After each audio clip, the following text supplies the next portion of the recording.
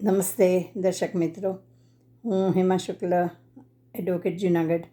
મારી YouTube channel legal advice by Hema Shukla માં આપનું હાર્દિક સ્વાગત છે. અંબાજી મહંત ડિસ્પ્યુટ અને ભવનાથ અખાડાના વિડીયોની સિરીઝમાં જે 8 કરોડ રૂપિયાનો પત્ર નો આવેલો છે લાંચ અંગેનો, એના અંગેની વિડીયો સિરીઝ આપણે કરી રહ્યા છીએ. એના સિરીઝ પાર્ટ 2માં આપનું હાર્દિક સ્વાગત છે. વિનંતી કરી દઉં કે જો આપને આ ગમ્યું હોય, ઉપયોગી લાગ્યું હોય તો please like, share and subscribe it. Comment કરી અને પણ મને જણાવી શકો છો કે જેથી મારી પણ ક્યાંય ભૂલ હોય કે કંઈ ઉણપ હોય તો મને ખ્યાલ આવે. Thank you very much. આપણે આગળ વધીએ. હવે જે વાત થતી હતી કે 5 કરોડ રૂપિયા પોલિટિકલ પાર્ટી માટે થઈ અને અમિતભાઈને આપવામાં આવ્યા, તો એક વાત છે મિત્રો કે આ પોલિટિકલ પાર્ટી ફંડ અને ઇલેક્શન ફંડ વગેરે અંગે નામદાર સુપ્રીમ કોર્ટની સ્પષ્ટ ડિસિઝન છે કે 20,000 રૂપિયાથી વધારેનું કોઈ પણ પાર્ટી ફંડ કે ઇલેક્શન ફંડ હોય એની ચૂકવણી બાય કેશ જ કરવી પડે, ડોનેશનની કે કોઈ પણ. એટલે આટલી મોટી રકમનો જે વ્યવહાર છે એ કેશથી થાય નહીં, અને થયો હોય તો એ સુપ્રીમ કોર્ટની પણ કન્ટેમ કહેવાય. એટલે એ પણ એક બહુ મોટો પ્રશ્નાર્થ આવે છે. હવે આટલા પોઈન્ટ્સ, પત્ર અસલી છે, નકલી છે, લોજિકલ છે, નથી, એ વિચાર્યા પછી આપણે બે પ્રકારે વિચારવું પડે કે જો પત્ર અસલી નીકળે તો શું, એના પરિણામો શું આવે અને શું થઈ શકે અને શું કરવું જોઈએ, અને જો પત્ર નકલી નીકળે તો શું. મિત્રો, સૌપ્રથમ આપણે પત્ર અસલી નીકળે તો શું એ અંગે વિચારીએ. તો પહેલી વાત તો એ કે લાંચ આપવા બદલ અને લાંચ લેવા બદલ બધા જ સામે પગલાં લેવાઈ શકે. લાંચ લીધેલામાં જેના પત્રોમાં નામ છે એની સામે, અને લાંચ આપવા બદલ માત્ર મહંત કે હરિગીરીજી સામે નહીં, પણ અખાડાના તમામ ટ્રસ્ટીઓ અને બધા મુશ્કેલીમાં મુકાઈ શકે, બધા સામે લાંચ આપવા બદલ કાનૂની પગલાં લેવાઈ શકે. તે ઉપરાંત અખાડાના ચેરિટી કમિશનર છે, સીએ છે, ઓડિટર છે, એ બધા પણ થોડે ઘણે અંશે મુશ્કેલીમાં મુકાઈ શકે, એમની સામે પણ પ્રશ્નાર્થો ઊભા થઈ શકે. બીજું કે જે આ કેશ લાંચ અપાયેલી પોલિટિકલ પાર્ટીને જો સાબિત થાય કે આ પત્ર સાચો નીકળે તો આ પૈસા આપવા માટે અખાડો અને હરિગીરીજીને એના ટ્રસ્ટીઓ અને પોલિટિકલ પાર્ટી અમિતભાઈ વગેરે સામે નામદાર સુપ્રીમ કોર્ટની કન્ટેમ ઓફ ધ કોર્ટ થઈ શકે. પછી મહત્ત્વની વાત છે, સંતો સામે પણ લાંચ લેવા બદલ કાર્યવાહી થઈ શકે. સોરી.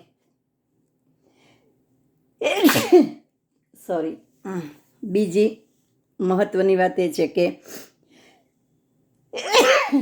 ખાસ કરીને બંને કલેક્ટર્સ જે છે કે જેના નામો આમાં આપવામાં આવેલા છે એની સામે કાનૂની પગલાં લેવાઈ શકે, એસીબીની ઇન્ક્વાયરી થઈ શકે, પૈસાની રિકવરી કરી શકાય, અગર તો કરવી પડે, ડિસમિસલ સુધીના એક્શન લેવાય, એમને જેલની સજા થઈ શકે, પેન્શન વગેરે પણ અટકી જઈ શકે. એટલે આ એક વહીવટી રીતે પણ વહીવટી તંત્ર અને પોલિટિકલ પાર્ટી બંને માટે બહુ મોટી અને મહત્ત્વની ગંભીર બાબત છે આ રીતે એ લોકોના નામ આવવા અને લેવા.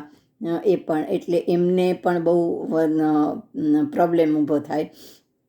અમિત શાહજીની પોતાની ઇમેજ માટે પણ બહુ મોટા ઇસ્યુ ઊભા થાય. એટલે અને આખા અખાડાનો આમ તો વહીવટદાર નીમવા પડે અને આ બધું સેટરાઇટ કરવાનો અને ઓડિટનો ને એ બધા પ્રશ્નો ઊભા થાય. કુંભ મેળા ઉપર આની બહુ મોટી અસર થાય. જો કે મારું એમ માનવું છે કે આપણું શાસક પક્ષ, વહીવટી તંત્ર વગેરે એમ ઘણું સ્માર્ટ છે, એને જ્યારે જે કરવું હોય ત્યારે જ એ કરી શકે છે. એટલે કદાચ કુંભની સમાપ્તિ સુધી આ અંગે મૌન રાખવામાં આવે કે કોઈ કાર્યવાહી ન કરવામાં આવે કે ઈરાદાપૂર્વક ટાળવામાં આવે એવી શક્યતાઓ ઘણી બધી વધુ છે. પછી જે બધા સંતો જેના નામ આવેલા છે લાંચ આપવા માટે અને લાંચ લેવા માટે, એના શિષ્યો, અનુયાયીઓ, એના હસ્તકના મંદિર, જગ્યાઓ, એ બધા ઉપર પણ બહુ મોટી અસર થાય અને એના હસ્તકના ધાર્મિક સ્થળોની આવક ઉપર પણ ઘણી બધી અસર થઈ શકે. સનાતન ધર્મને, એની ઇમેજને, એના સંતોને, અનુયાયીઓને પણ આનાથી બહુ મોટી અસર થાય.